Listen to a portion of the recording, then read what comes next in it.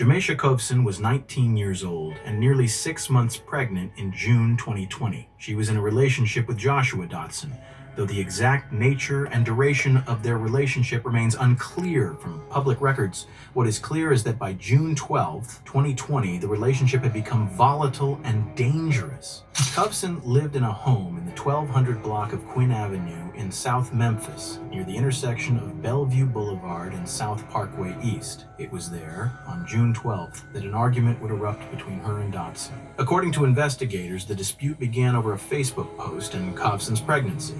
The argument grew heated, and at some point, Kovson went into a room and closed the door, attempting to put space between herself and Dotson.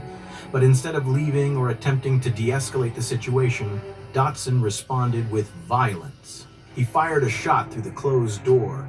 The bullet didn't hit Kovson, but it was clear that Dotson's intent had turned lethal. He then forced his way into the room and continued arguing with her. Eventually, he left the residence, and for a brief moment, it may have seemed like the worst had passed. Just a few hours later, Dotson would return to Kovson's home, and he entered, opening fire and unfortunately fatally wounding Kovson. By the time police received the 911 call, it was too late.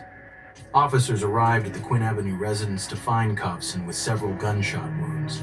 She was rushed to the hospital, but neither she nor her unborn child could be saved. Both were pronounced dead shortly after arrival.